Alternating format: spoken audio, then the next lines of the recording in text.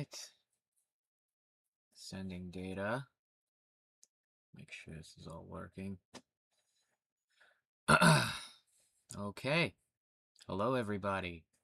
It has been a minute since I've streamed. I think like 4 or 5 days now. So my apologies for the break. I thought I would actually do a little stream giving some channel updates and then maybe squeezing in a little React content. It probably won't last more than like an hour or so. It has been long enough. It's about time I get streaming. Um, so just to go over some channel updates, I'm happy to say my YouTube channel, Philosopher Ray on YouTube, has hit its first 100 subscribers. Specifically, I have 111 subscribers at least as of this live stream and the last I checked. I'm a little frustrated because I seem to have plateaued. So basically what happened was I started my channel. I really just wanted to start streaming on like Twitch and stuff. But as everybody says, you can't really get a live Twitch audience until you first build an audience elsewhere. Plus, Twitch doesn't save your VOD playbacks permanently. It'll only save it for like a few weeks. So what I decided to do was, hold up, let me just messing with my setup for a minute. Okay, what I decided to do was I said, okay, well, I'll use Restream to simulcast, dual stream on both Twitch and YouTube Live, because YouTube Live will just save the playback of your live stream like permanently as a YouTube video. And so until I build a live audience, I thought it would be worth doing that. What I was thinking, however, was when I was starting, I said, well, let me make some actual, if I'm just going to have this YouTube channel anyway, let me make some actual more YouTube-oriented videos. Like, for those who don't know, I'm like a philosophy VTuber. I do have a more legit live 2D avatar that's currently being worked on. But in the meantime, I just use this like free to download Akechi Guru little simplistic model. Um, oh, I have a YouTube live viewer and I think I know who it is. But what was I gonna say?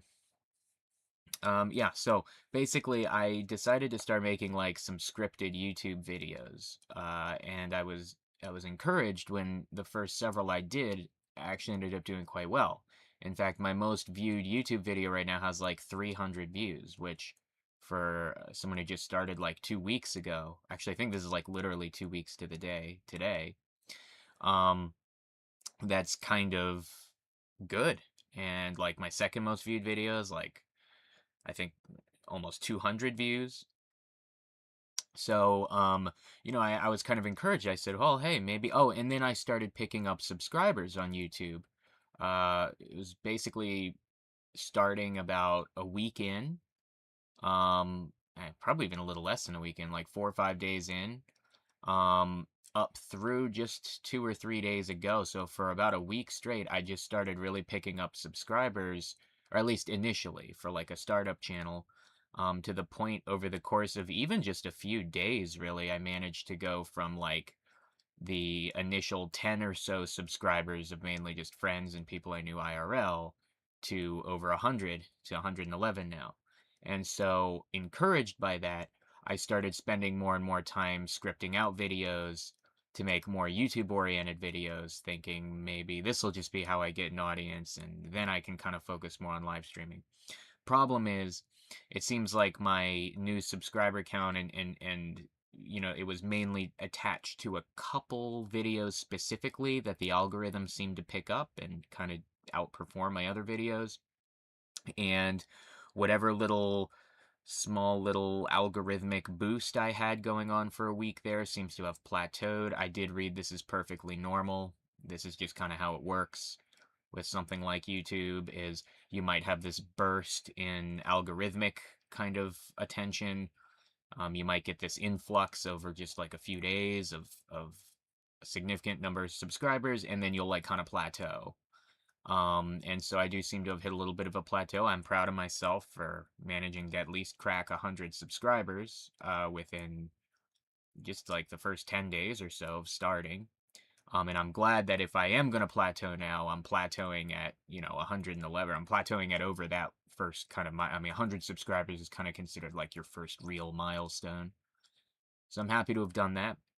But it did make me realize that, it's maybe not the best move to just like focus exclusively on trying to crank out or mass produce more YouTube video formatted videos because, I can put all that time and effort into them to the point of sacrificing streaming.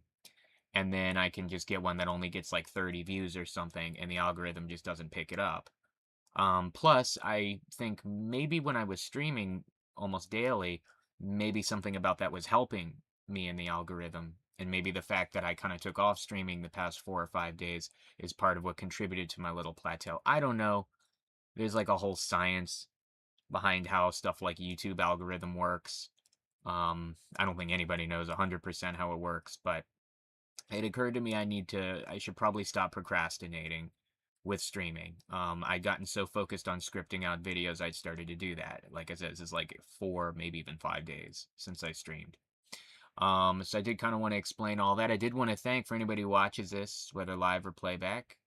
I did want to thank, um, you know, everybody for cracking my first real milestone of 100 subs. I mean, I don't know, to me, I know, in modern YouTube terms, 100 subscribers sounds like nothing, right? We live in a day and age in which any successful YouTuber is gonna be at least six figures, if not seven, right? It's almost like you gotta have like at least 100K if you want to be considered a proper YouTuber, and you really need more like a million subs plus if it's like gonna be your full-time job, right?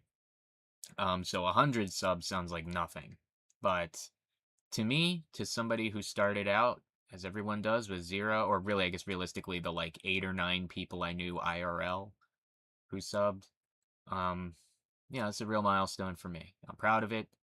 I'm not going to let the fact that I seem to have hit a algorithmic plateau these past couple days bring me down. And I'm going to take the opportunity to start streaming again. I don't think I can keep up streaming every day, every single day, but maybe try to keep up like every other day or at least 3 times a week, you know? Um, so I am sorry for letting a little bit of a gap go by there of not streaming. So I did just kind of want to do some channel updates. I think I will squeeze in some React content. I only really have like an hour at most to do this. Um, and oh, that's the other thing. I wanted to explain why I kind of procrastinated on streaming a little more than just a couple days, more like 4 or 5. And part of it was because, like I said, initially I was taking the time to focus more on trying to crank out these YouTube videos after I had that kind of week of algorithmic success encouraging me, as I explained. I realized maybe it's not the best idea to sacrifice streaming entirely to focus on that, especially when I can hit these plateaus. But then on top of that, it was like once I had taken more than a day or two off of the streaming, I started getting this little bit of procrastination along the lines of thinking, oh, well, if I stream, right now I don't do gaming content. I mainly just do commentary and react. I am thinking, I do have plans to start possibly doing some gaming streams soon, by the way, but we can talk about that later. For now, what I was thinking about, basically what happened was I started to overthink it, I think, and think, okay, well, if I stream again, like I want to like plan out the stream and I want to like know what I'm going to be reacting to and I want to be able to give good philosophical commentary so that I can like cut it up into a YouTube video better. And I was just kind of overthinking it, you know. Um so I think what I'm going to be doing now is I'm just gonna try to like just get on YouTube and just do a couple reacts over this next like 45 minutes. I think what I'm gonna do. So last time I did a react to not last time, the time before last time I did a react to Philosophy Tube. Um, and Philosophy Tube is one of several kind of older school YouTube channels that are known for being philosophy channels. So my whole niche is being like a philosopher on the like an actual philosopher. I have an MA in philosophy. I teach college philosophy. But being like a philosopher on the internet, but doing it kind of a little more modern way, like as a VTuber. Um, but the thing is, there are like internet philosophy channels that have been around for 10, 15 years, right? Philosophy Tube is one of them. But there's also stuff I'm thinking of like Wisecrack and Crash Course, with John Green. So we had a kind of interesting reaction to Philosophy Tube, a couple streams. I mean, this would have been a week ago now. But what I was thinking of maybe just make in true React spirit, maybe just going in to do some blind reacts. And I thought maybe we could experiment with some of these other older philosophy themed YouTube channels and just see kind of how their stuff holds up and also how accurate some of their stuff is. It was kind of interesting assessing a sort of somewhat of a colleague. I called Philosophy Tube somewhat of a colleague in my stream with them or with him or her or whatever. Um, I did that because they're a fellow MA in philosophy who makes philosophy themed content online. They just have been doing it by an older school format. They got popular like 10 years ago.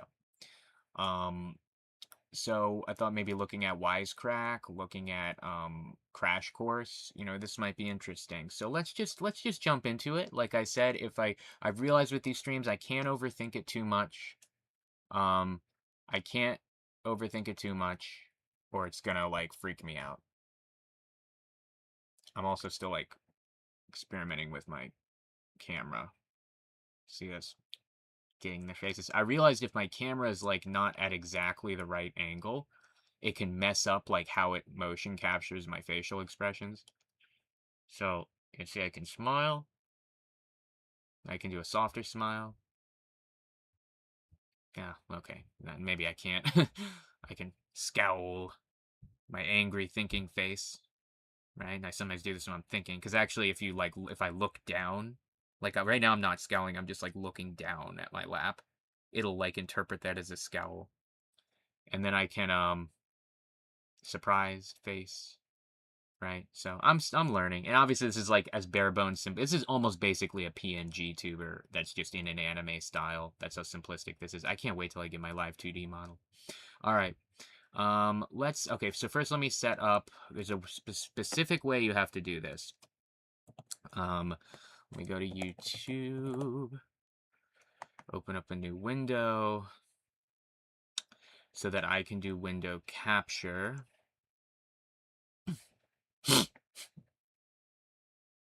Okay. Oh, sorry, one last comment. Um, the other thing that was making it hard for streaming is my roommate situation and like all the noise going on in the house.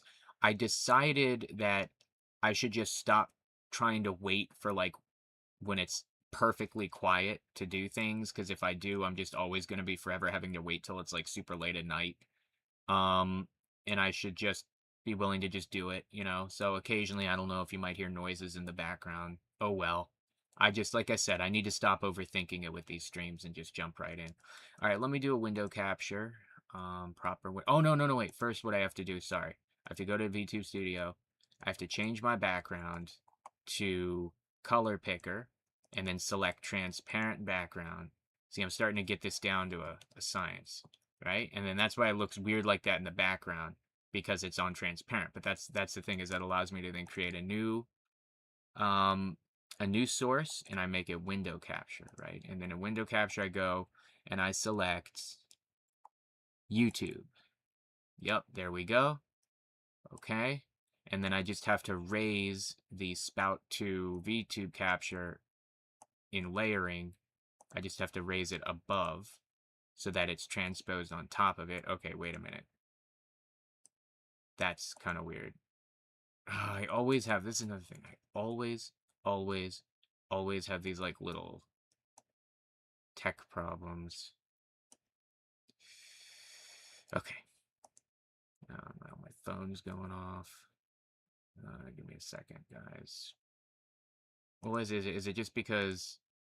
Yeah, no. Okay, maybe I screwed up the way I did it in VTube Studio.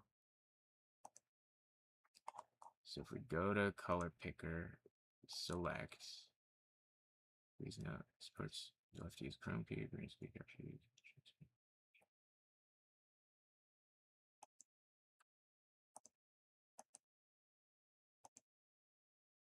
Okay, that should be, that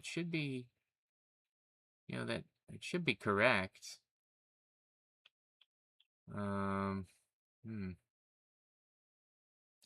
I just don't know. Yeah, it's a little odd. I just get tired of these. Oh, I think I know what it is. I think I know what the problem is. This happened to me before. Hold up. I think I know what I need to do. Properties. Not opaque. Default. There we go. I fixed it, guys. I'm still learning, right? Okay. I'm gonna move my little guy over here. My little Akechi Goru. Okay. I hope that works. Can we see? And then on the window capture, I want to say transform, fit to screen, perfect. And then we're just going to do, well, not quite perfect, because then we want to do stretch to screen. There we go. You see this, guys? I'm like getting legitimately better. I'm getting legitimately better. There's a weird smile. Ah, it's hard to do the faces on command. There we go. I was trying to do that little smile.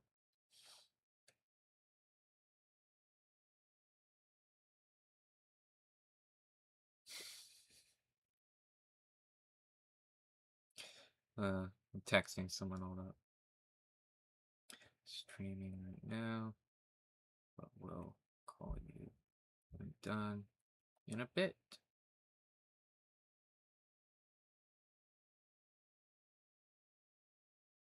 Okay. Alrighty.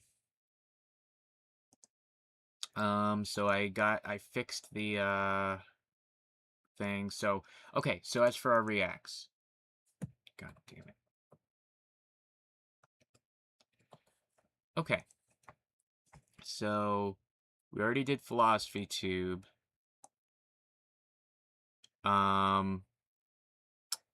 What should we do? Wisecrack, maybe? So this is another kind of philosophy themed channel.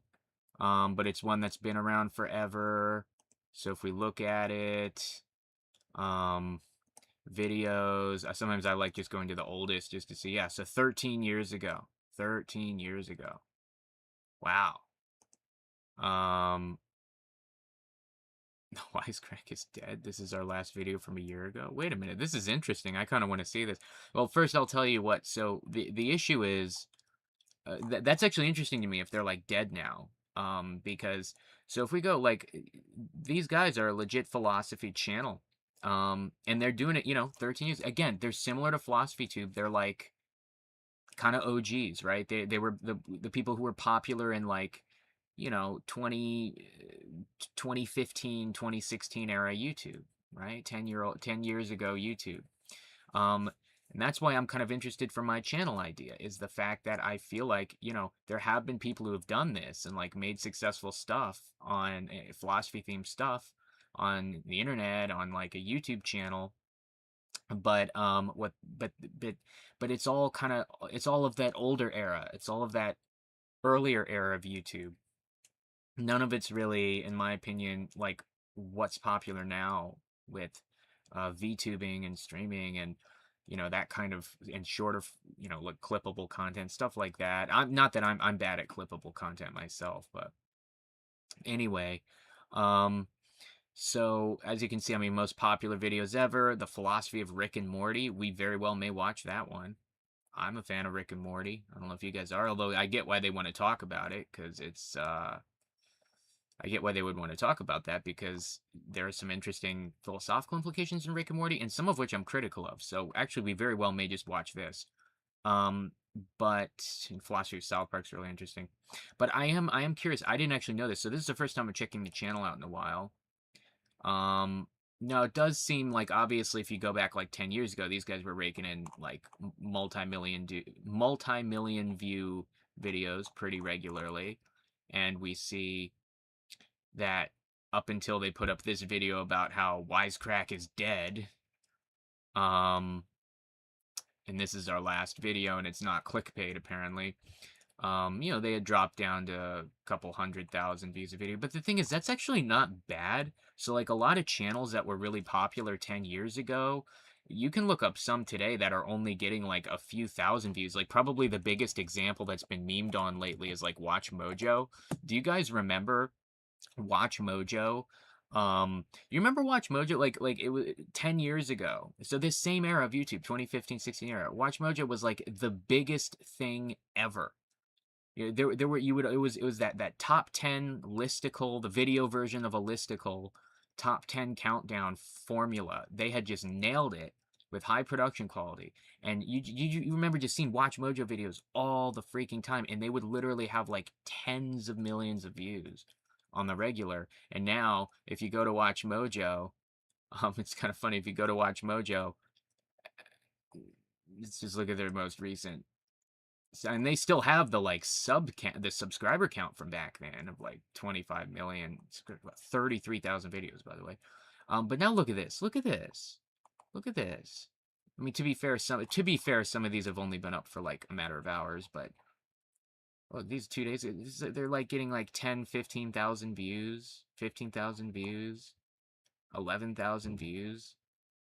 I mean, you know, so Watch Mojo is a good example of this. There are a lot of channels like this that were huge 10 years ago, that were huge in like 2015, 16 era YouTube, but that today in like 2026 era YouTube and TikTok and all that have just fallen off so hard that even if they still have millions of subs, they still only, you know, they're only getting like a few thousand views. So I was just simply pointing that out because I was saying, I mean, Wisecrack, I mean, obviously they're like many channels that were popular 10 years ago. They've obviously fallen off if we just look at their latest. But in their case, falling off means going from like, in their case, falling off only really means going from like, you know, having a few million views on their videos 10 years ago to having like a couple 100,000 views on their videos from as recently as like 1 or 2 years ago, which if you ask me is actually nowhere near as bad of a fall off as some other people get, you know, like Watch Mojo. That's nowhere near as bad of a fall off. So I don't know, but I am gonna watch first this one just because I haven't kept up with this channel and I'm kind of curious. Like what happened? I guess they just weren't making enough money anymore.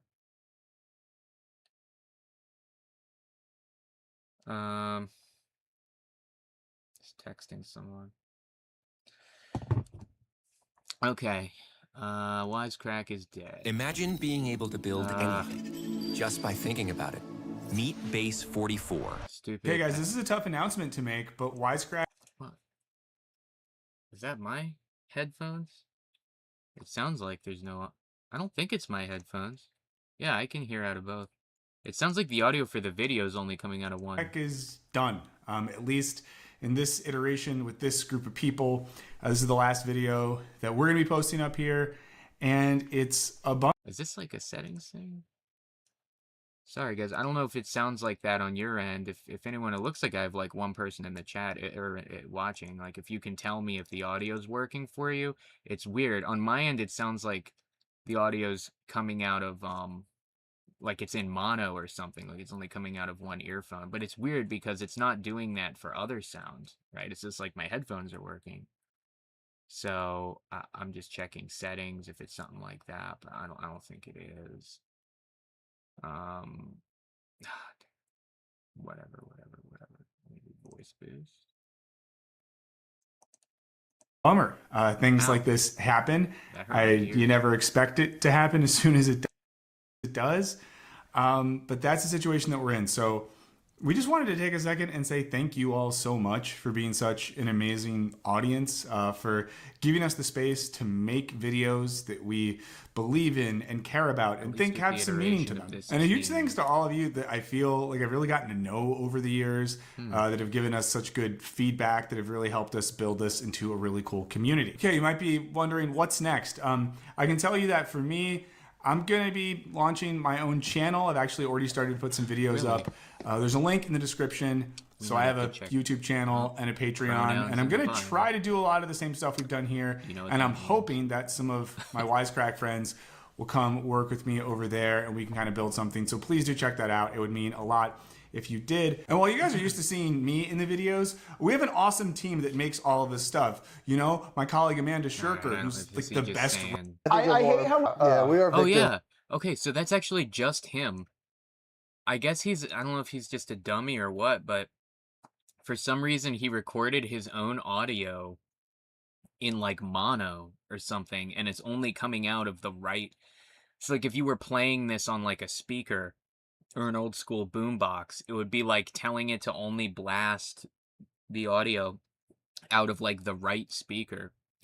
And at first I'm sitting here tripping out thinking, is it like my headphones or is it, but my headphones sound fine. Like I have them plugged into my mic. So when I talk to my mic, I can hear my own voice coming into both sides of my headphones. So I'm like, I don't think it's my headphones. So then is it like, did I screw up and mess up the audio settings on the YouTube video? And I'm sitting here thinking I'm crazy, but then we get to this clip he puts in here. From Wisecrack. It's also producer Henry. Henry, say hi. It's coming out of both. Hi. That's a good segue. That's normal audio. That's fine. They had a better normal sound producer. I guess this guy is just not a sound producer. But for those who don't know, we don't need to watch this whole video. He's just explaining, okay, this is the end of this. I guess, you know, making a couple 100,000 views per video on average was not cutting it for them. You know, this is more like one of those, you know, he kind of has a little business here. He probably has employees. Wasn't enough money to pay his employees, I guess. But this guy, he started the video. I don't really know his personal background that well. I've seen him give speeches and stuff, and he will present himself as if he has a background in philosophy, but I've caught him, like, making philosophical mistakes before.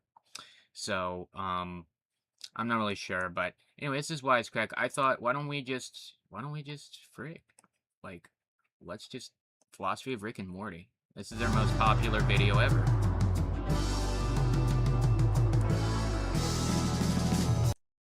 Now, I'll probably, oh god, this is 17 minutes. I'll probably only have time to do this one video then. And then I'll have to go, and we may not even be able to, I don't know. Let's see. I'll try not to yap too much. Hey guys, this is Jared, one of the creators here at Wisecrack. Today, we're talking about one of the best shows on TV right now, and a personal favorite, Rick and Morty. We know you're probably jonesing for some new episodes after the 1.5-year wait was announced. Tune in to Rick and Morty Season 3 in like a 1.5 years. So, now we're like, what, on Season 9? I think 9, it's crazy because I thought 8 just came out. And I remember just catching up on 8 not too long ago. Maybe like just a matter of months ago, but then apparently Season 9 is out now. But the problem is they keep changing around on like different platforms.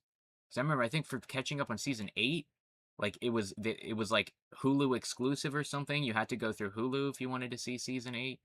But then now Season 9's like on Adult Swim, but streaming only or something. I don't know. I can't keep up. There are people who've had, and they've also had that controversy with Justin Roiland and everything. So I don't know.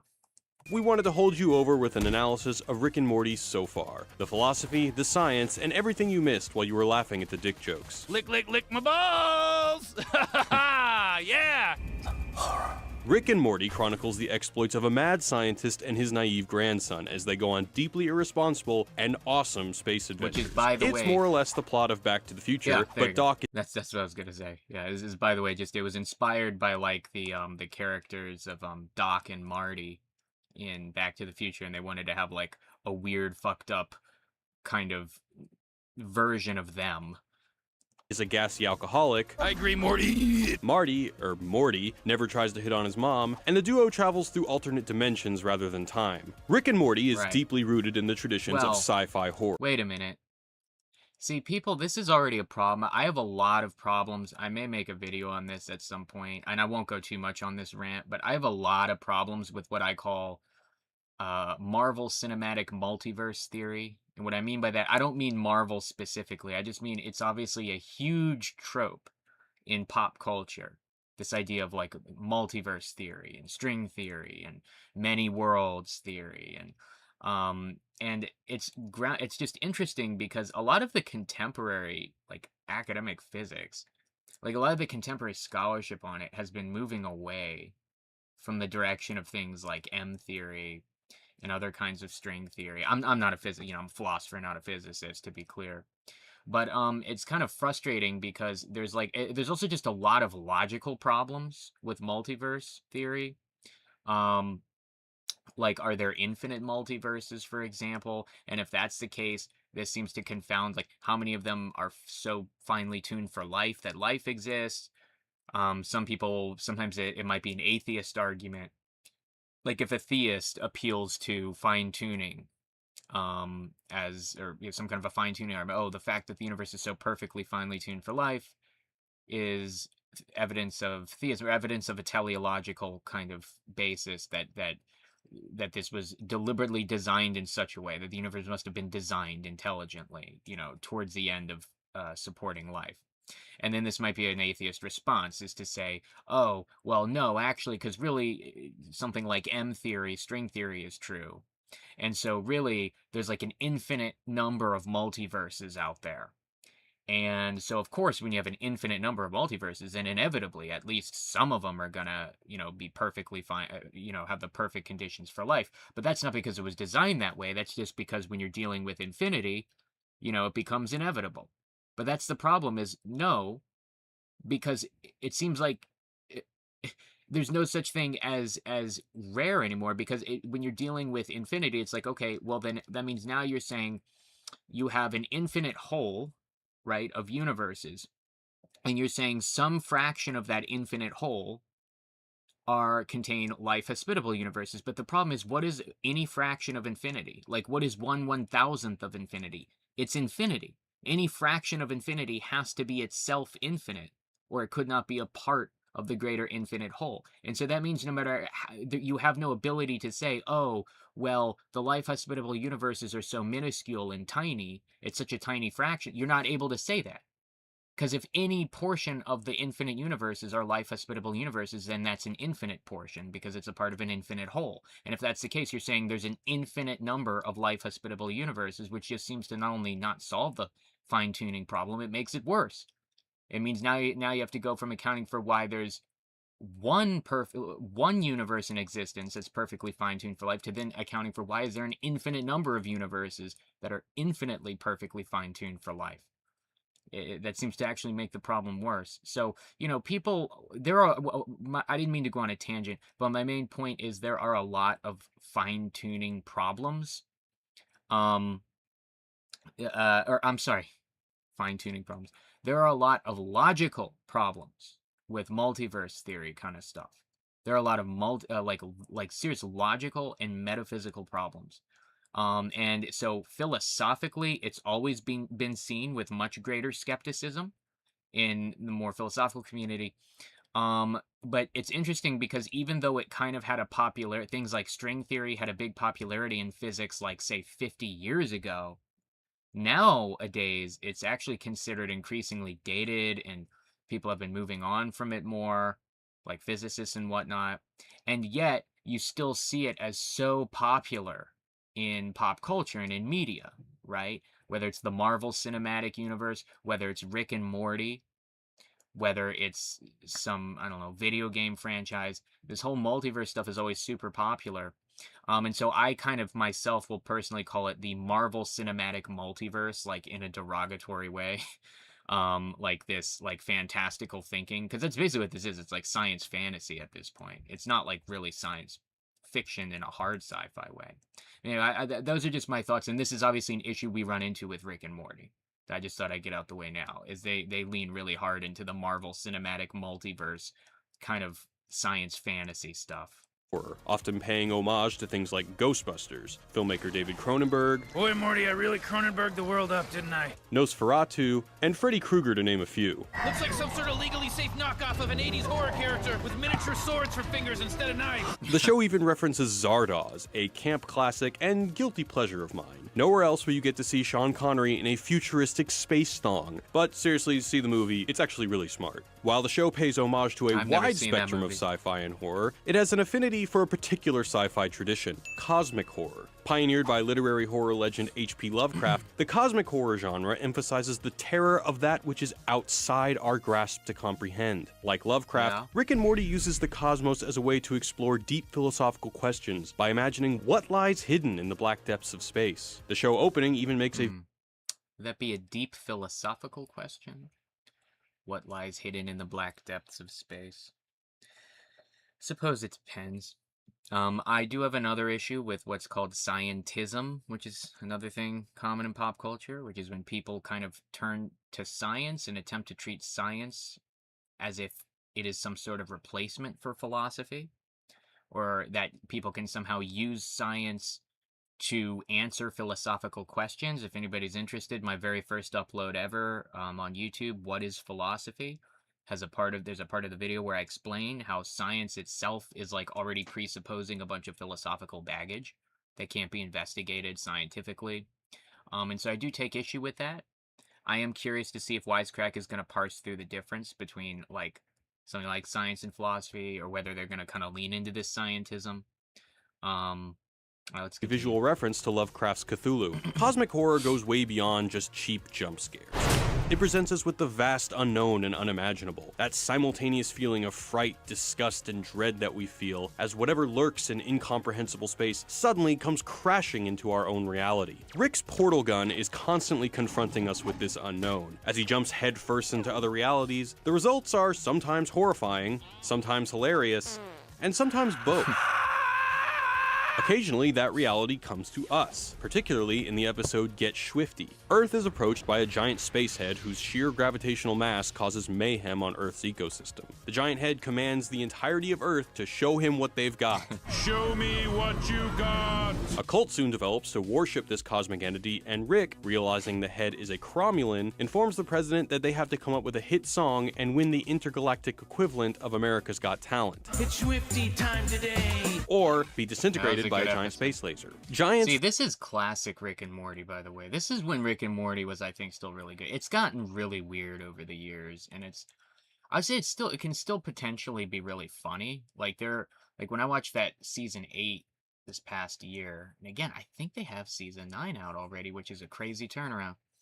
But I remember thinking, like, there were a couple episodes that were still pretty freaking good and funny, but it was just such, like, hit or miss. You know, it's just so hit and miss these days. They either have one episode that manages to do kind of well and is like kind of good, but it's like not even good for reasons and in ways that like classic Rick and Morty used to be good. They just kind of, had a good episode, or they just have these really bad episodes. And this is back. I remember this. I'm enough of an unk. To remember this, like 10 years ago, when Rick and Morty was just like sort of at its freaking peak. Its first 2-3 seasons. I think a lot of people think it started to fall off after like things like seasons 4 and 5, but its first 2 or 3 seasons really peak. That's what we're talking about here. Floating cosmic entities aren't anything new in the science fiction universe. Our old friend H.P. Lovecraft used the idea constantly, developing a race of great old ones who he describes in books like Call of Cthulhu and the Dunwich Horror. There are a few interesting questions that big floating scary things bring up. First, cosmic horror begs the question, are we significant? Most science fiction is convinced that humanity is, metaphorically, the center of the universe, whether we're battling the Empire or trying to get all the aliens to just be friends. Humanity, or things that look like humanity, takes center stage. Cosmic horror inverts that premise and asks the question, what if the universe doesn't give a shit about us? Yeah, well, that's an interesting one. I mean, arguably, so it is interesting. I'm kind of a big Trekkie, and if you watch old school Star Trek, like, it's almost like the majority of like their idea of what an alien culture is basically just like an almost exactly human-like civilization. The species is basically just looks like human beings, except with bumps on their faces or something. They have like ridges or bumps on their faces or different skin color or something, but they're otherwise just humans, and then they just have some weird alien culture, like some foreign culture. It's almost like as if you discovered a group of human beings who just like had lived in some lost, like if you discovered Atlantis or something, the lost city of Atlantis, and it was just a group of human beings that had a completely foreign alien culture. But that's it. In real life, aliens would actually be radically different from anything human. But there is something anthropocentric in the Star Trek universe. I think a lot of that was just limited by like special effects and makeup. They just didn't have the kind of sophisticated CGI and AI and things needed to, or even just the budget needed to have like, to bring to life these convincing, radically different looking alien ideas. Um, but yeah, human beings being at the center. I mean, I suppose it might have a little more to do with, you know, um, aren't human beings the center of our own perspective within the universe? And isn't that what's being told in science fiction? I'm taking a little bit of an issue with what's going on here. Is this? It does seem like, um, what if the universe doesn't give a shit about us? It's about to perpetuate some idea of like the view from nowhere. That there's such a thing as just there's just this just objective viewpoint, bird's eye view viewpoint that doesn't belong to anyone, which is a contradiction. If something is a view, it is someone's view. It is a perspective.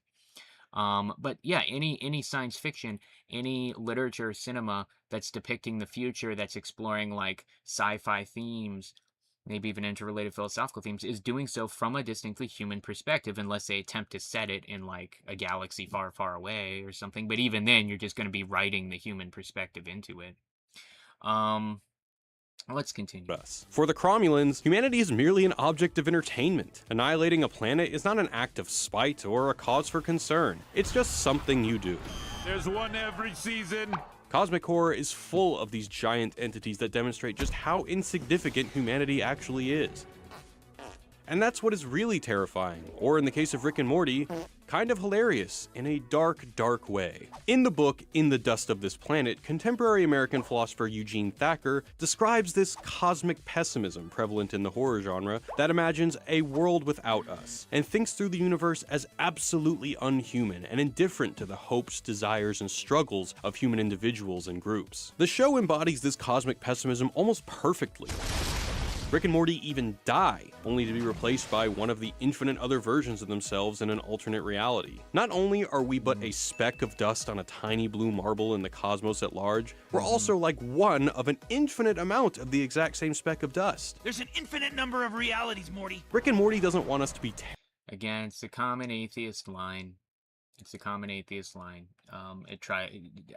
There's an atheist bias that goes into this. This atheist bias has come out in Rick and Morty multiple times, but, it's an attempt at trying to take away from the idea that look at the beautiful complexity of the universe. Perhaps it's designed by saying, oh, actually, we're just so insignificant as a part of it.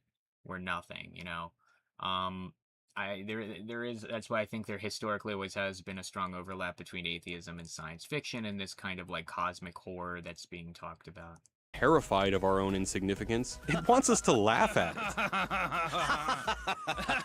Even though we are but specks of dust to these cosmic horrors, we too are the cosmic horrors to other specks of dust. In The Ricks Must Be Crazy, we learn that Rick's car battery is powered by a micro-universe whose sole purpose is to perform an inane task, produce energy. And in that universe, they invent another mini-universe, and so on and so on. Rick might as well be one of Lovecraft's cosmic deities to the denizens of the microverses. Yeah, that was, by the way, a really good episode and interesting. I'm pretty sure it's based on an old Twilight Zone episode or something.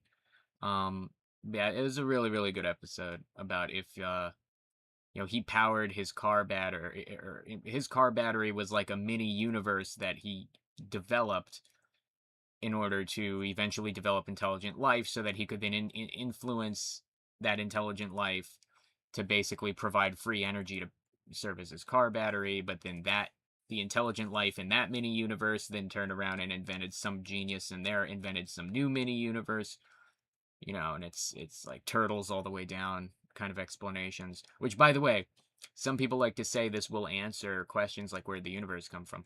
That stuff just creates, if you just want to appeal to that, it'll just create an infinite regress of contingent but non-necessary foundations and causal explanations of the next kind of reality in this series of realities. It's a non-self-sufficient explanation. But let's continue.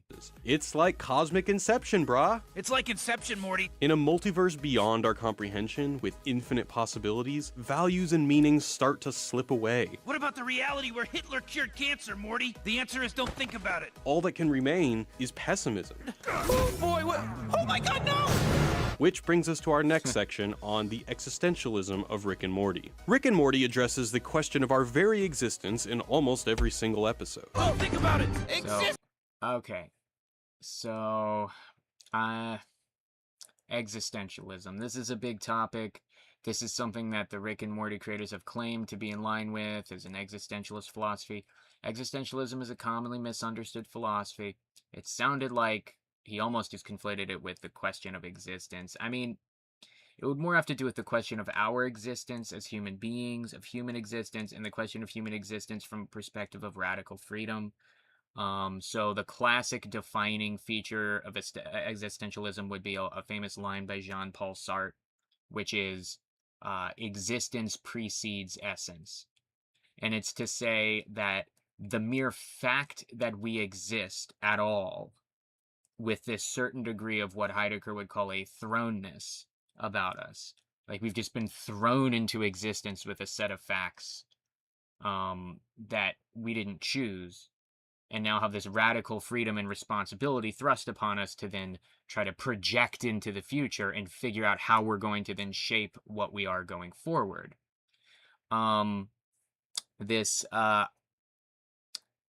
It's the idea that this precedes any notion of us being a what, like having a thisness, a quiddity, like an essence of what we are. That's some more classical view, something like an Aristotelian, like man is a rational animal, and the telos of man is eudaimonia, and flourishing, in contemplation of reason and achieving happiness in that way. That there's an endedness, a teleology about us, right? Existentialism is going to reject this teleology about the human condition, and is going to reject the idea that we even have any sort of essence that precedes our existence. That is the idea that that we have any nature, or that there's any aspect of what we are that in any way is coming prior to the fact that we are. And instead, the fact that we are comes first as the thing thrown before us, like as anything else. Like Kierkegaard uses the analogy of like being on a ship. You just awaken on a ship that's already out to sea, just cast out onto sea, like that's already happened. Here we are. What do we do now? That's kind of what existentialism is, really, in a nutshell. So I'm really curious to see how Wisecrack is going to present this, because it is something that the Rick and Morty people claim to be engaged in, but I'm not necessarily fully happy with the way Rick and Morty has depicted things like existentialism before, and I do think sometimes it's treated as a bit of a caricature. But let's continue. Existence is pain to a me-seeks, Jerry! Nobody exists on purpose. Nobody belongs anywhere. Everybody's gonna die. On the one hand, okay, that was somewhat existentialist. Nobody exists on purpose. That's an existentialist statement, right? That's Heidegger's thrownness, right? That's thrownness. That's the idea that, you're just thrown into existence, right? You're just thrown into existence with a set of facts that you did not choose. What else? Nobody exists on purpose. Nobody belongs anywhere. Nobody belongs anywhere. So that's arguably like an existence precedes essence kind of statement, right? Say that there is no like real nature, right, about us. There's no like a thisness to what we are, or a telos towards which we're ordered. There's no sense of what's natural, if that's what he means by belongs anywhere. That is an existentialist statement. Everybody's gonna die. Now, everybody's gonna die. I understand those kinds of questions get stereotypically called existentialist questions, like, oh, life is meaningless, we're all gonna die. I don't know. Those are the more kinds of stereotypes of existentialism. But I will give them credit, though. Like, part of that statement was very existentialist. Nobody belongs anywhere, right? Nobody chose to be here. On one hand, we have the cosmic insignificance of humanity as a whole, and on the other, we have the frivolity of individual human life. That's my grave. The show offers us two examples of how to respond to our pathetic existence through Rick and Jerry. First, we have Jerry, who is seemingly oblivious to the soul-crushing mediocrity and pointlessness of his own life. He is literally more happy in a poor simulation of the world than his actual life. These meals changed everything for me. Ads. I'll admit it, I was skeptical about ready-to-eat meals, but then I tried Factor. My personal YouTube account has I have premium, right? So I just don't have to deal with the ads. But this is my YouTuber used my Philosopher Ray account. So I still only have 111. Wow, man, I've been plateaued there for like a day or two now. Complete. Or as Arthur Schopenhauer might well have described Jerry's life, the life of every individual viewed as a whole and in general, and when only its most significant features are emphasized, is really a tragedy. But gone through in detail, it has the character of a comedy. Jerry is a failure. He's in detail. Its most significant features are emphasized, is really a tragedy. But gone through in detail, it has the character of a comedy. Life of every individual viewed as a whole and in general, and when only its most significant features are emphasized, is really a tragedy. But gone through in detail, it has the character of a comedy. Schopenhauer was a very philosophically pessimistic man. Deeply pessimistic man, by the way. Well, I could have a whole thing about Schopenhauer. I won't get into Schopenhauer right now. Jerry is a failure. He's unemployed, his wife hates him, and he's not exactly the sharpest tool in the shed. Yeah, Jerry's one like can the argue worst that Jerry character is in the better show, by off the than way. the belligerently drunk Rick, because he's simply too dumb to realize that his life is pointless. But in this ignorance, Jerry seems content toiling away for the sake of nothing. Life is effort and I'll stop when I die. Then there's Rick, who understands the meaninglessness of life and accepts it. But despite Rick's sarcasm, Okay, again, I'm going to take an issue with this. That life is meaningless is not the existentialist view. That is not the existential view. That's certainly not the Nietzschean view, and I recommend for anybody to watch my video on the truth about Nietzsche. The Nietzschean view is that life is full of rich meaning and value that is created by the Übermensch, or by the higher men who move towards the Übermensch, who create value and meaning as an extension of their own will. Rather, and what Nietzsche's rejected is really two world theories. The idea that there are these objective value systems. But, you know, it depends what brand of existentialism you're going with. If you're more of like Albert Camus, then the view is going to be to just simply full-throated embrace that the absurd, right? Full-throated embrace the absurd that life is meaningless, that there is no meaning in life, and that there is just absurdity, and only, therefore, the only purpose to life is to embrace that absurdity. But, you know, so this is a common line. This is a common line popularly, is to just stereotypically assume something like existentialism means the belief that life is meaningless or whatnot. That is erroneous. That is an erroneous character. That is at the very least, it's a reductive caricature. There are some branches of existentialism that might go that route in different ways, but not all of them. And it is just not a good way of defining what existentialism is. It's a common misconception, and I don't appreciate that Wisecrack seems to be running with that view. sarcasm and nonchalant attitude towards pain and suffering. Hold your breath. Hey, what the hell, Rick? He's also an alcoholic whose catchphrase means, "I'm in great pain." Wubba-lubba-dub-dub! Do you know what wubba-lubba-dub-dub means? It means, I am in great pain. Please help me. The pure rationalism of the universe furthers the feeling of insignificance of our own lives. We're left with a paradox. Science allows us to make some sort of sense of the universe through formulas and theorems, but we as humans are left confronting the bleak, arbitrary nature. Does science allow us to make some sort of sense of the universe, or is that an illusory pretense? Is that an illusory pretense of the Apollonian will? Again, watch my Nietzsche video, but you know, it's debatable whether science is giving us anything, and even if science gives us anything, it's only really doing so because the science was made possible by a more fundamental level of philosophical presuppositions that things like the scientific method are presupposing. I'd say again that this Wisecrack does seem to be perpetuating a certain type of scientism here. Nature of our own existence. Yes, I'd like to order one large sofa chair with extra chair, please. High chair. No. Recliner. Science can reason away any sense of sanctity or emotion and turn the human experience into something meaningless. Rick takes time out of avoiding his own. No, it can't. No, it can't. High chair. No. Recliner. Science can reason away any sense of sanctity or emotion and turn the human experience into something meaningless. No, it can't. That's only if you're presupposing things like a reductionistic kind of account of materialism. That's only if you're presupposing that the mind is nothing more than the physical brain, and that therefore things like human emotions and experiences and phenomena and the phenomenology of consciousness, and phenomenal conscious experience are all just illusory. Well, that phenomenal consciousness is really just an illusion created by the physical brain, and the physical brain is that's all there is to your mind, and therefore your emotions and experiences and all of these things are really just chemicals in your brain. That's what this is trying to show visually. And you're saying science can reason away all that. No, it can't. No, it can't. That is begging the question on a very complicated series of metaphysical assumptions. That is, I just reject that wholly, and I'm actually getting a little pissed off at this video now. It's because it's not like stopping and explaining any of these things. It's just sort of presupposing them.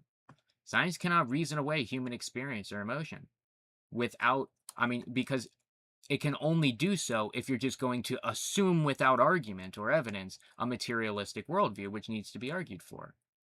And science can't really conclusively prove or disprove materialism, because materialism is a metaphysical and philosophical belief. So again, you need philosophy to get around all of these issues. All right, let's continue. Rick takes time out of avoiding his own pending death to explain mathematically that Summer and Morty are both pieces of shit. Rick goes on to rationalize away his feelings for Morty, explaining that their bond is only an easy way to hide Rick's genius brainwaves. You're as dumb as I am smart! From the intergalactic Popo. In another episode, Morty, as Roy, grows up and dies in a video game. They put 100,000 people on one ark and gave me a bed on deck 943. No elevator, only ladders. People fell every night. I climbed down for breakfast. I don't care. After losing, he briefly forgets his own existence. Where's my wife? Morty, you were just playing a game. The audience is left to question what exactly separates the fake reality of the Roy game to his own existence. After all, if Morty remembers his fake life and experiences all the emotions and sensations that constitute our own consciousness, what's the difference? Rick and Morty is The difference is one is metaphysically grounded and real, and the other is not. It's an artificial construct. It's like literally the difference is the one life is, it is more, it is ontologically greater and therefore better for that very same reason. Like it's ontologically greater, and in a way that is axiologically greater. And there's a sort of Platonism we could get into here, that the digital world is really just like that is being stuck in Plato's cave of shadows dancing around on the wall and mistaking the shadows for the original objects. And that to leave that video game is therefore, to leave the Matrix is to step out of the cave, and Morty's being just like the person who's freed from Plato's cave is initially blinded by the sun, but that is the good, and blinded by the greater reality now apprehended of the original objects the shadows are of. But nonetheless, that's a massive ontological distinction. And that's the point of Plato's cave analogy, is to highlight just how profound of an ontological distinction that is between a shadow on the wall or an imitation and the original object that it is a shadow of or imitating. And so I actually don't agree with this, that there's just somehow, what that means, there's no fundamental difference. It's just going to get, the whole world could benefit from a greater understanding of metaphysics. There should be like a high school metaphysics class. It's kind of sad that people don't get taught these things. Constantly playing with this dichotomy between meaningless simulations and our actual life. Holy crap! If we recoil from the idea of living a fake life inside a video game, it's because we ascribe some meaning to the authenticity of our own waking life. But Rick and Morty is quick to display for all that is a giant crock of shit. No! I want to be with Gary! What's the difference between killing the memory parasites, whom the family feels genuine emotion for, and shooting, say, Mr. Poopy Butthole? Because Mr. Poopy Butthole is a rational animal, rational being. Like, he may not be human. I'm avoiding saying human in the sense that I don't think he's, genetically human. He's, some alien species or something. But he's a rational being. This is why Immanuel Kant, I rather like the Kantian language of rational being when we're speaking in moral terms. of what's intrinsically valuable. That's actually part of why Kant used that language, like of rational being, to try to broaden the umbrella beyond human to just include anything that's rational. And he was doing that actually to potentially account for things like aliens. But basically, Mr. Poopy Butthole is a rational being, and therefore a morally autonomous agent, and therefore is an end in of himself rather than a means to an end. And but the thing is, those memory parasites, the way they're depicted in this show, they're not necessarily rational. Like, they can engage in these deceptions, and they can sort of imitate language and imitate human behavior in a way to, as a part of their survival mechanism, but it's actually depicted as more instinct and not really, and just sort of like, predatory animals sort of engaging in a sort of a certain behavioral pattern, but they're not depicted as rational animals. And that's sort of the part of why they're depicted as when they're killed, they then take on this monstrous appearance and double over. Because it's meant to show that they're not really human. Like, they're not, but not just not human, or even what does that mean? Human in a metaphorical sense. Like, they're not rational. They're not really rational agents. So it's a lot more real that Mr. Poopy Butthole is shot, and that's a lot more morally wrong, and it's a lot more meaningful because it's grounded in the reality of he is a rational being with an autonomous capacity for reason. In the way that I don't believe the memory parasites are. Poopy Butthole! This crisis of values, of our own meaning in life, is taken up by tons of existentialists, but our old friend Friedrich Nietzsche is particularly helpful here. Nietzsche tells the parable of the madman who comes into town screaming, "God is dead, and we have killed him." Now, what Nietzsche was really trying to say is that after the Enlightenment and the scientific revolution, the big being in the sky that gave value to our lives was no longer relevant. After the death of God and philosophy, what remains is nihilism, a void. That's not what Nietzsche was saying. It's a common misunderstanding. I mean, Nietzsche was... So, first of all, what Nietzsche says in The Madman is a lamentation. He's upset. He's mourning the loss of God. He thinks it's a bad thing. He means it as a warning. He thinks it's a bad thing. You see atheists quote that quote, "God is dead," from Nietzsche's Madman. Quote it all the time. And they think it's like some celebration. Like, oh yeah, I'm an edgy atheist. God's dead. That's not what that means. That doesn't mean that at all. It's a lamentation. It's saying we haven't even begun to realize just how profound of a negative impact this is going to have on society that God is dead in a metaphorical sense. So that's issue one. And issue two is Nietzsche would not say all that is left is nihilism. Nietzsche was critical of nihilism. Nihilism was tantamount to the last man, who Nietzsche finds the most detestable of all. The last man is like your nihilistic hedonist or your hedonistic nihilist. Like your modern nihilistic hedonist who just lies around all day soaking up as much pleasure as possible because there's no meaning to life anyway, so I might as well just soak up as much pleasure as I can. Right? That's your classic modern, hedonistic nihilist. And Nietzsche was so critical of that. That was what he called the last man, which in Zarathustra he refers to as the most detestable thing that any man can be. Nietzsche was not a nihilist. He did not believe life had no meaning. He greatly romanticized and venerated the idea of having the strength of will to create meaning and value. And the only thing he was really critical of were two-world theories and the assumption of external systems of values. All right. Anyway. Void of meaning. My life has been a lie! God is dead! The government's lame! Thanksgiving is about killing Indians! This struggle over the lack of meaning is what defines Rick Sanchez. Rick uses science to demystify everything. Does evil exist? And if so, can one detect and measure it? Rhetorical question, Morty. The answer's yes, you just have to be a genius. Love is just a set of chemical reactions. Wait, that was actually kind of funny. Hold up. Does evil exist? And if so, can one detect and measure it? Rhetorical question, Morty. The answer's yes, you just have to be a genius. Love is... Okay, that's actually really funny because, like, the classic kind of scholastic view, it's not as popular today, but it's a very historically influential view on like, the meta-ethics of, like, what is evil, is what's called privationism, which is the idea that, like, evil is literally just a privation in being. So where like, let's say you have light and dark. And we might like to think of light and dark as these two equally existent things that exist in opposition to one another. But in reality, there's not two things. There's really just one thing, light. And then there's the absence of light, which is what darkness is. Same with hot and cold. We might like to think of hot and cold as these two equally existent things that are in opposition to one another, but there's not. There's just one thing, heat, thermal energy, and then there's the absence of it, and that's cold. Well, likewise, the idea that I said privation of being, which actually evil is a privation of being, but I meant to say privation of good. So the idea is that it's a similar thing as hot and cold and light and dark with good and evil.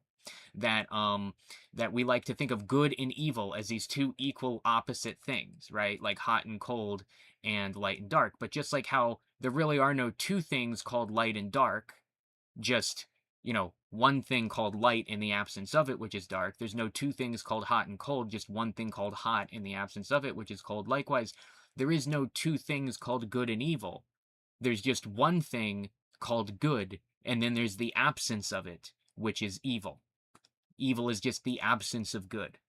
Like that, or rather the lack of good that ought to be, well, okay, evil is the absence of good, but then that also has these weird metaphysical implications where then like being is good insofar as it's being, and therefore like badness is a privation in being. And so like a privation is like a lack of being that ought to be. So like if a man was missing one leg, and he like a one-legged man, that'd be considered a bad thing for him not to have a leg, because he ought to have two, because human beings are bipedal by design. But if the man had two legs, it wouldn't be considered bad for him to be lacking a third leg, because he ought not to have that to begin with, right? So it gets a little complicated, but the point is, the classical kind of view, like in like medieval scholasticism, is that evil is a privation of good and a privation of being, meaning what Rick just said. And measure it.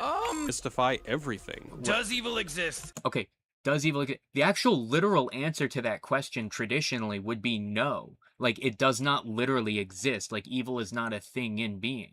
It's just the absence of being. It's like asking, does darkness exist? Well, literally, like, no, not in the sense that it's its own substance called darkness. It's just light exists, and then you can have an absence of light, and if you just want to call that darkness, then, well, yeah, there exist missing spots of light, and that's what darkness is. Well, it's a similar thing. You just have to be a genius that compels animals to breed. He even beats the devil, and in a way, actively plays out the death of God. Yes! You God! Yes! By the way, what they cut out there was that when he was falling to his death, he was originally pleading to God and praying and saying, you know, I'll do anything if you save me. And then he actually miraculously stumbles upon across the device as he's falling to his death, that he needs to save himself. And then he grabs the device, and as soon as he does, the joke is then he starts going, aha, screw you, God, I don't need you. But of course, the irony is like that, if anything, what he just underwent then would actually seem to strongly like evidentially affirm, like that would be like almost like a miraculous like God, like divine providence, like God assisting him and hearing his prayer. But notice how as soon as he removes the fear and he gets his prayer answered, it's back to screw you, God. Which kind of just shows what I believe, which is that I think whether people believe in God or not, or what their religious beliefs are, have very little to do with like individual experiences or like these individual pieces of evidence, and they have far more to do with a coherentism kind of thing and this pre-existent worldview they have, because he just immediately interpreted that situation. Instead of interpreting that situation as God answering his prayer, he interprets that situation as, oh, never mind, I'm just so great and good enough and lucky that I can survive this on my own anyway, screw you, God. Just kind of interesting thing to point out. I did it! There is no God in your face! We're constantly left wondering, what does Rick care about, if anything at all? Rick's character embodies a tension between a kind of active and passive nihilism. The passive nihilist for Nietzsche is resigned to the hopelessness and meaninglessness of life. The active nihilist, however, actively seeks to destroy the old values and start anew. Well, scientifically, traditions are an idiot thing. A bomb! We're gonna drop it down there and get a whole fresh start. It's clear that something makes Rick tick, we're just not sure what. After all, he's labeled as an intergalactic terrorist fighting for something, and eventually, he gives himself up to save his family. Rick's actions may seem paradoxical, if only because he himself is struggling to make meaning out of— No, they're not paradoxical. They're not paradoxical. This is what we were just saying about the Nietzschean Ubermensch, right? Who creates meaning, who creates new value and meaning. He's actually doing the more, that would be the more existential, that would be the more Nietzschean move. That would be more like, he's making value and meaning for himself in the absence of a prior system of value. But see, it's interesting the way he's phrasing His this. actions may seem paradoxical, if only because it's not paradoxical. That's what you should do in an existentialist framework, at least in my opinion. I think if existentialism is true, you should just be a Nietzschean and just be like a based artist who creates things. Self is struggling to make meaning out of the universe. The show also does its part to interrogate our own sense of morality, refusing to draw clear lines between right and wrong or good and evil. I will kill anyone, anywhere. I just love killing. Questioning objective value system. Morty's attempts to be a do-gooder are always thwarted. After freeing a group of people from the body-snatching unity, a nipple-driven race war commences between the now freed rabble of pedophiles and prostitutes. When confronted with the grim consequences, Summer aptly replies, I didn't know freedom meant people doing stuff that sucks. Herein lies another existential question. What is biological life without living? And why is that an existential question? I'm really interested that he phrased it that way. Like, I want to know how he's defining existential question. So does he just mean like a question about the existence of something? Because it sounds like when he says existential question, he means like an existentialist question. What is biological life without living? That is an interesting way of putting it. But, and also, what do you mean biological life? Isn't that a, what would be the word? It's a tautology, isn't it? Isn't that like redundant? Biological life? Bio means life. Like, so life that is living, or so I guess you mean like non-artificial, like things that aren't like, you know, AI, but I don't believe AI is alive. And I have a couple videos on that. Well, anyway, let's continue. Listen, Unity, I don't think my sister's trying to say that life would be perfect without you. I think she's just saying that life would be, you know, life. If we, the audience, are repulsed by the thought of body snatchers, the show also makes us consider the fact that our irrational attachment to freedom is what allows us to live in a world that is oh so terribly fucked up. Another way to look at— Why is it an irrational attachment to freedom? And it's just interesting because, again, like, existentialists are all about freedom. They're all about radical freedom. They're all about radical responsibility that comes with radical freedom. So that's not a very existentialist thing to say, our irrational attachment to freedom. Like you're some kind of a determinist. So I don't think that, you know, it's interesting. I don't think if these wisecrack authors or whoever wrote this, I think they're definitely not an existentialist themselves. I think they're really more of like a materialist.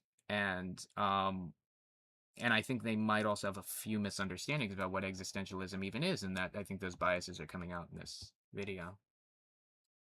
One sec, guys. Look at the existential question. Hello?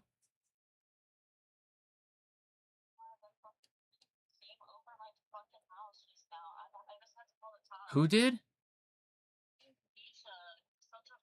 Oh my god, oh my god, oh my god. Okay, give me one sec. Let me just sign off of this stream real quick. And then... No, it's perfectly fine. I put my mic on mute. No, I want to talk to you. I really need to talk to you about this. All right, let me just sign off of this stream. Can I could just put you on mute, or can I just call you? Let me... Okay, you're freaking me out. Okay, let me... No, I am worried about you. I wanted this video. I think I've gotten what I need to out of this video. I'm gonna call you back in like 2 minutes. Let me just sign off this stream and then go up in my room to talk to you. Okay, give me 2 minutes. I'll call you right back. All right? Yeah, bye. All right, guys. Sorry about that. I have a little personal situation. I am going to have to sign off a little early. I will say this. I don't think it's a huge loss. We're like most of the way through this video at this point, and I think we have gotten what we need to out of it, which is I think the person who made this video, and it's unfortunate, I always felt this way about Wisecrack. I always felt like they didn't really have a huge formal background in philosophy. At least PhilosophyTube was like a fellow MA in philosophy, somewhat of a colleague in that regard. We might try out Crash Course, you know, their videos on philosophy soon. I think this is more meant for pop culture stuff.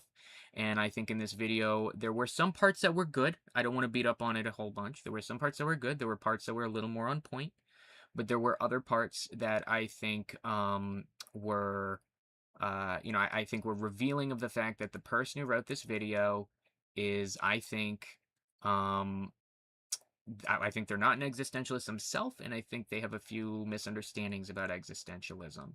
And I think they're really like more of a materialist or even a more scientist kind of person who has some kind of an appreciation of existentialism, but their appreciation of existentialism is based in some misunderstandings. And I think those are some of the biases that came out in this video.